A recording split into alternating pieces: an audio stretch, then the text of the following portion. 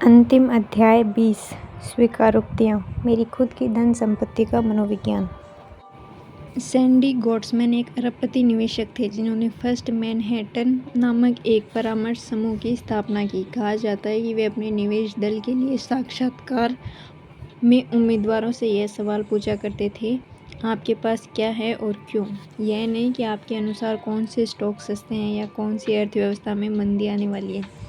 बस मुझे यह दिखाइए कि आप अपने पैसे के साथ क्या करते हैं। मुझे यह सवाल पसंद है क्योंकि यह उस बड़े अंतर को रेखांकित करता है जो उसके बीच होता है, जो अर्थपूर्ण लगे, जिसे लोग अक्सर करने की सलाह देते हैं, और वह जो उन्हें सही लगता है, जो वे वास्तव में करते हैं। मॉर्निंग स्टार के अनुसार यूएस के आधे पोर्टफोलियो मैनेजर अपने धन का एक पैसा भी अपने फंड में नहीं लगाते। यह घोर सुनाई पड़ सकता है और आंकड़े निश्चित रूप से पाखंड को उजागर करते हैं, लेकिन जितना आप सोचते हैं यह सब उससे अधिक सामान्य है। यूएससी में औषधि के प्रोफेसर केन मुरे ने 2011 में हाउ डॉक्टर्स डाई नाम का एक लेख लिखा जिसने दर्शाया कि डॉक्टर मरीजों के लिए जो इलाज निर्धारित करते हैं, अपने लिए किस स्तर तक उसमें अलग इलाज चुनते हैं। डॉक्टर हम सब की तरह नहीं मरते, उन्होंने लिखा। उनके बारे में जो असामान्य बात है वह यह नहीं कि अधिकांश अमेरिकियों की तुलना में उन्हें कितना अधिक उपचार मिलता है, बल्कि कितना कम। वे दूसरों की मौत से बचाने में भले ही बहुत अधिक समय लगाते हैं, अपनी मृत्यु का सामना करने पर वे काफ़ी शांत रहते हैं। वे अच्छी तरह जानते हैं कि क्या होने वाला है, वे विकल्पों के बारे में भी जानते हैं और आमतौर पर हर प्रकार की मेडिकल देखभाल की पहुंच रखते हैं, लेकिन वे धीरे से चले जाते हैं। एक डॉक्टर अपने मरीज़ के कैंसर का इलाज करने के लिए तमाम कोशिश कर सकता है, लेकिन अपने लिए पशामक देखभाल चुनता है। लोग आपको जो करने की सलाह देते हैं और जो वे खुद अपने लिए करते हैं, इसके बीच का अंतर हमेशा खराब नहीं होता। यह बस इस बात को रेखांकित करता है कि जब आप ऐसी जटिल और भावनात्मक समस्याओं से गुजर रहे हों जो आपको और आपके परिवार को प्रभावित करें, कोई एक सही जवाब नहीं होता, कोई सार्वलौकिक सत्य नहीं होता। बस अगर कुछ मायने रखता है तो वह यह है कि आपके और आपके परिवार के लिए क्या काम करता है, और जिन आवश्यकताओं को आप पूरा करना चाहते हैं उन्हें इस तरह पूरा जिससे आप तृप्त महसूस करें और रात में ठीक से सो सकें। ऐसे कुछ मूल सिद्धांत हैं जिनका पालन करना आवश्यक है। यह औषधि और वित्त दोनों में लागू होता है, लेकिन महत्वपूर्ण वित्तीय निर्णय स्प्रेडशीट और पाठ्य पुस्तक में नहीं किए जाते। वे खाने की मेज पर किए जाते हैं। वे अक्सर प्रतिफल को बढ़ाने के उद्देश्य से नहीं, बल्कि अपने जीवनसाथी या संतान को निराश न करने के उद्देश्य से लिए जाते हैं। इस तरह की चीज़ों को चार्ट और सूत्रों में संक्षिप्त करना कठिन है, और वे हर व्यक्ति के लिए बहुत अलग होते हैं। जो एक व्यक्ति के लिए काम करे दूसरे के लिए नहीं कर सकता। आपको यह ढूंढना ज़रूरी है कि आपके लिए क्या काम करता है। मेरे लिए जो काम करता है वह यह रहा। मेरा परिवार मेरी बचत के बारे में क्या सोचता है। चार्ली मुंगेर ने एक बार कहा था, मेरा लक्ष्य धनवान बनने का नहीं था, मैं बस आज़ाद होना चाहता था। हम धन को एक तरफ रख सकते हैं, लेकिन आज़ादी हमेशा मेरा व्यक्तिगत वित्तीय लक्ष्य रही है। सर्वाधिक प्रतिफल का पीछा करने या अपनी संपत्ति को लीवरेज कर बहुत शानो शौकत का जीवन बिताने में मुझे खास दिलचस्पी नहीं है। दोनों ही ऐसे खेलों की तरह नज़र आते हैं जो लोग अपने दोस्तों को प्रभावित करने के लिए खेलते हैं। दोनों में ही जोखिम छुपा रहता है। मैं बस हर सुबह उठकर यह अनुभव करना चाहता हूँ कि मैं, मेरा परिवार जो चाहे वह कर सकते हैं, वह भी अपनी शर्तों पर। हमारा हर वित्तीय निर्णय इसी लक्ष्य के इर्द गिर्द घूमता है। मेरे माता पिता ने अपनी व्यस्तता 2 चरणों में बिताई, अत्यंत गरीब और औसत रूप से समृद्ध। मेरे पिता 40 की उम्र में डॉक्टर बने जब वे 3 बच्चों के पिता थे। एक डॉक्टर का वेतन कमाने से वह मितव्ययिता की मानसिकता नहीं बदली जो मिडिल स्कूल के 3 भूखे बच्चों को संभालते हुए निर्मित हुई थी। और मेरे माता पिता ने अपने अच्छे साल अपने साधनों के नीचे रहकर उच्च बचत के दर के साथ बिताए। इसमें उन्हें काफ़ी हद तक स्वतंत्रता मिली। मेरे पिता एक आपातकालीन कक्ष के डॉक्टर थे, अधिकतर तनाव वाला पेशा जिसकी मैं कल्पना कर सकता हूँ, और जो दिन और रात की शिफ्ट के बीच शरीर की आंतरिक घड़ी में कष्टमय टॉगल की मांग करता है। 2 दशकों के बाद उन्होंने निर्णय लिया कि बस बहुत हुआ, इसलिए उन्होंने यह काम बंद कर दिया। उन्होंने बस यह काम छोड़ दिया और अपने जीवन में अगले पड़ाव की ओर चल पड़े। यह मेरे मन में बैठ गया। एक सुबह उठकर वह बदल पाने की क्षमता जो आप कर रहे हैं अपनी शर्तों पर, जब आप तैयार हों। यह सभी वित्तीय लक्ष्यों में महानतम प्रतीत होता है। मेरे लिए स्वतंत्रता का मतलब यह नहीं कि आप काम करना छोड़ देंगे। इसका मतलब यह है कि आप बस वह काम करेंगे जो आपको पसंद हो, जिनके साथ करना पसंद हो, जिस समय आप चाहें और जब तक आप चाहें। और कुछ स्तर तक की स्वतंत्रता प्राप्त करने के लिए एक डॉक्टर का वेतन कमाना आवश्यक नहीं है। इसके लिए अधिकांश रूप से अपनी उम्मीदों पर काबू रखना और अपने साधनों के नीचे का जीवन बिताना आवश्यक है। स्वतंत्रता किसी भी आय के स्तर पर आपकी बचत दर से संचालित होती है, और एक निश्चित आय के स्तर के बाद आपकी बचत दर आपकी जीवन शैली की उम्मीदों को हद से बाहर न कर जाने देने की योग्यता से संचालित होती है। मेरी पत्नी और मैं कॉलेज में मिले और शादी से सालों पहले साथ रहने लगे। स्कूल के बाद हम दोनों के पास प्रवेश स्तर की नौकरियां थीं, जिनकी आय भी प्रवेश स्तर वाली थी, और हमारी जीवनशैली औसत दर्जों की थी। सभी जीवनशैली ट्रैप्स में विद्यमान होती है जो एक व्यक्ति के लिए संतोषजनक हो। किसी और को राशि या गरीबी जैसा लग सकता है, लेकिन हमारी आय पर हमें हमारे अनुसार एक संतोषजनक अपार्टमेंट, एक संतोषजनक कार, कपड़े और संतोषजनक खाना मिला। आरामदायक लेकिन शानो शौकत भरा कुछ भी नहीं। एक दशक से अधिक तक बढ़ती आय के बावजूद मैं वित्त में और मेरी पत्नी स्वास्थ्य सेवा में, हम काफ़ी हद तक किसी जीवनशैली के अनुसार रहते थे। इसने हमारी बचत दर को लगातार बढ़ाया। हर डॉलर की बढ़त ने हमारी बचत को उपार्जित किया और हमारा स्वतंत्रता कोष। अब हम अपने साधनों से काफ़ी नीचे का जीवन जीते हैं, जो आपको हमारी आय के बारे में कम और 20 की उम्र में स्थापित हमारी जीवनशैली को बनाए रखने के हमारे निर्णय के बारे में अधिक जानकारी देता है। हमारे घर की वित्तीय योजना का वह हिस्सा जिस पर मुझे गर्व है वह यह कि हमने जीवनशैली की कामनाओं और गोल पोस्ट को कम उम्र में ही आगे बढ़ाना बंद कर दिया। हमारी बचत दर काफ़ी अधिक है, लेकिन हमें शायद ही कभी लगता हो कि हम दमनात्मक रूप से मितव्ययी हैं, क्योंकि अधिक सामान के लिए हमारी आकांक्षाएं अधिक नहीं बढ़ी हैं। ऐसा नहीं है कि हमारी कोई आकांक्षाएं हैं ही नहीं। हमें अच्छा सामान पसंद है और हम आरामदायक रूप से रहते हैं। हमें बस गोल पोस्ट को आगे बढ़ना बंद कर दिया। यह हर किसी के लिए काम नहीं करेगा, और यह हमारे लिए सिर्फ इसलिए काम करता है क्योंकि हम दोनों इसके लिए समान रूप से सहमत हैं। हम में से कोई भी दूसरे के लिए समझौता नहीं कर रहा। अधिकतर चीज़ें जिनसे हमें आनंद मिलता है, टहलने जाना, पढ़ना, पॉडकास्ट, इनका मूल्य अधिक नहीं है, इसलिए हमें शायद कभी कोई कमी महसूस नहीं होती। कभी कभार जब मैं हमारी बचत दर पर सवाल करता हूँ तो मैं अपने माता पिता की स्वतंत्रता के बारे में सोचता हूँ, जो उन्होंने सालों की कड़ी बचत से कमाई, और तुरंत मैं वापस आ जाता हूँ।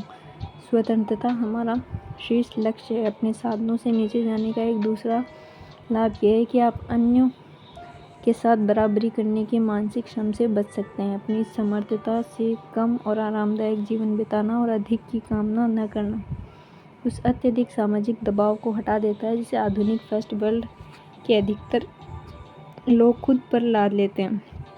नासिम तालिब ने स्पष्ट किया, सच्ची सफलता रेट रेस को छोड़कर अपना कार्यकलाप को व्यवस्थित करना है, जिससे मन की शांति प्राप्त की जा सकती है। मुझे यह पसंद आया। हम स्वतंत्रता कैप के लिए इतने प्रतिबद्ध हैं कि हमने कुछ ऐसी चीज़ें की हैं जिनका कागज़ों का मतलब न बने। हमारे धन पर कोई ऋण नहीं है, जो हमारा सबसे खराब वित्तीय निर्णय है, लेकिन सबसे अच्छा संपत्ति निर्णय। जब हमने यह घर खरीदा, ऋण ब्याज दर बहुत कम थी। कोई भी तर्कसंगत निवेशक यही सलाह देता था कि सस्ते धन का फ़ायदा उठाया जाए और अतिरिक्त बचत को अधिक प्रतिफल वाली संपत्ति जैसे स्टॉक्स में लगाया जाए। लेकिन हमारा लक्ष्य रुखाई से तर्कसंगत होना नहीं, बस मानसिक रूप से उचित होना है। वह स्वतंत्रता का अनुभव जो मुझे अपने घर में स्वामित्व से होता है, वह उस वित्तीय लाभ से कहीं अधिक है जो मुझे सस्ते ऋण से अपनी संपत्ति की लीवरेज करने से मिलता। मासिक भुगतान को हटा देना अपनी संपत्ति के दीर्घकालिक मूल्य को उच्चतम सीमा तक बढ़ाने से बेहतर महसूस होता है। जो लोग मेरे इस निर्णय के नुक्स गिनाते हैं या वे जो कभी नहीं करेंगे, मैं उनके सामने इसकी वकालत नहीं करता। कागज़ों पर इसका समर्थन नहीं किया जा सकता, लेकिन हमारे लिए यह काम करता है। हमें यह पसंद है और यही महत्वपूर्ण है। अच्छे निर्णय हमारे तर्कसंगत नहीं होते, हमेशा तर्कसंगत नहीं होते। एक मोड़ पर आकर आपको खुश होने और सही होने के बीच में चुनना ही पड़ता है। हम अपनी संपत्ति या इतना बड़ा प्रतिशत नकद के रूप में रखते हैं, जिसका कोई वित्तीय सलाहकार परामर्श नहीं देगा। हमारी संपत्ति का लगभग 20% भाग हमारे घर के मूल्य के अलावा इसका भी कागज़ों का समर्थन नहीं किया जा सकता, और मैं दूसरों को ऐसा करने की सलाह नहीं दे रहा हूँ। यह बस हमारे लिए काम करता है।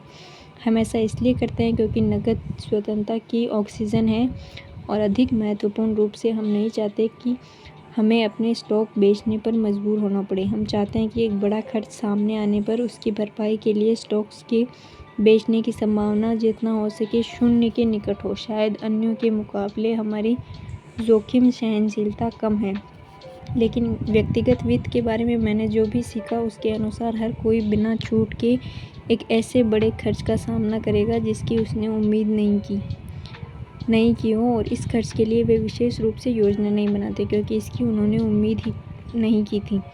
कुछ लोग जिन्हें हमारे वित्त की जानकारी है अक्सर पूछते हैं, आप किस लिए बचत कर रहे हैं, घर, बोट या नई कार? नहीं, इनमें से किसी के लिए भी नहीं। मैं एक ऐसे संसार के लिए बचत कर रहा हूँ जहाँ जितना हम उम्मीद करते हैं उससे अधिक सामान्य है। किसी खर्च की भरपाई करने के लिए स्टॉक बेचने पर मजबूर न होने का मतलब यह भी है कि हम एक लंबे समय के लिए अपने स्टॉक्स की कंपाउंडिंग की संभावना बढ़ा रहे हैं। चार्ली मुंगे ने इसे अच्छी तरह समझाया। कंपाउंडिंग का पहला नियम यह है कि इसे अनावश्यक रूप से कभी बाधित नहीं किया जाए। मेरा परिवार निवेश के बारे में किस प्रकार सोचता है? मैंने अपना करियर एक स्टॉक पिकर के रूप में शुरू किया। उस समय हमारे पास बस अलग अलग स्टॉक थे, अधिकतर बड़ी कंपनियों के जैसे बर्कशायर हैथवे और प्रोक्टर एंड गैम्बल, साथ ही कुछ छोटे स्टॉक जिन्हें मैं गहन मूल्य निवेश समझता था। वापस मेरी 20 की उम्र में जाकर देखा जाए तो मेरे पास हर समय कम से कम 25 अलग अलग स्टॉक हुआ करते थे। मुझे नहीं पता कि एक स्टॉक पिकर के रूप में मैंने कैसे कामकाज किया। क्या मैंने मार्केट को हरा दिया? मुझे अंदाज़ा नहीं। अधिकतर लोग जो कोशिश करते हैं उनकी तरह मैंने भी अच्छा स्कोर नहीं रखा। किसी भी तरह से मैंने अपने विचार बदल दिए और अब हर स्टॉक जो हमारे पास है वह कम लागत का सूचकांक कोष है। मैं सक्रिय रूप से स्टॉक पिक करने के विरुद्ध नहीं हूँ, चाहे फिर आप यह खुद करें या फिर किसी सक्रिय फंड मैनेजर को अपना पैसा देकर कराएं। मुझे लगता है कि कुछ लोग मार्केट के औसत से बेहतर प्रदर्शन कर सकते हैं, बस यह बहुत कठिन है जितना अधिकतर लोग सोचते हैं, उससे भी कहीं ज़्यादा। अगर मुझे निवेश को लेकर अपने विचार का सार प्रस्तुत करना हो तो वह कुछ इस प्रकार होगा। हर निवेशक को एक ऐसी कार्यनीति चुननी चाहिए जिसमें उनके लक्ष्य को प्राप्त करने की अधिकतम संभावना हो, और मुझे लगता है कि अधिकतर निवेशकों के लिए कम लागत से के सूचकांक कोष में औसत होता डॉलर कोस्ट दीर्घकालिक सफलता की सबसे अधिक संभावना प्रदान करेगा। इसका मतलब यह नहीं कि सूचकांक निवेश हमेशा काम करेगा। इसका मतलब यह भी नहीं कि यह सबके लिए है, और इसका मतलब यह भी नहीं कि सक्रिय स्टॉक पिकिंग असफल होकर ही रहेगी। आमतौर पर इस उद्योग की एक नहीं तो दूसरी और बहुत अधिक मोर्चाबंदी हो चुकी है, विशेषतः वे लोग जो सक्रिय निवेशक के सख्त विरोधी हैं। मार्केट को हराना कठिन होना चाहिए, सफलता की संभावना कम होनी चाहिए। अगर ऐसा न हो तो फिर हर कोई यह करेगा, और अगर हर कोई यह करेगा तो कोई अवसर ही नहीं होगा। इसलिए अगर मार्केट को हराने की कोशिश करने वाले में अधिकतर ऐसा करने से चूक जाएं तो किसी को हैरान नहीं होना चाहिए। आंकड़ों के अनुसार 2019 में ख़त्म हुए दशक में 85% लार्ज कैप सक्रिय प्रबंधक S&P 500 को नहीं हरा पाए। मैं ऐसे लोगों को जानता हूं जो सोचते हैं कि मार्केट को हराने की कोशिश करना पागलपन है, लेकिन जो अपने बच्चों को आसमान छूने और पेशेवर एथलीट बनने के लिए प्रोत्साहित करते हैं। हर किसी को अपनी सोच होती है।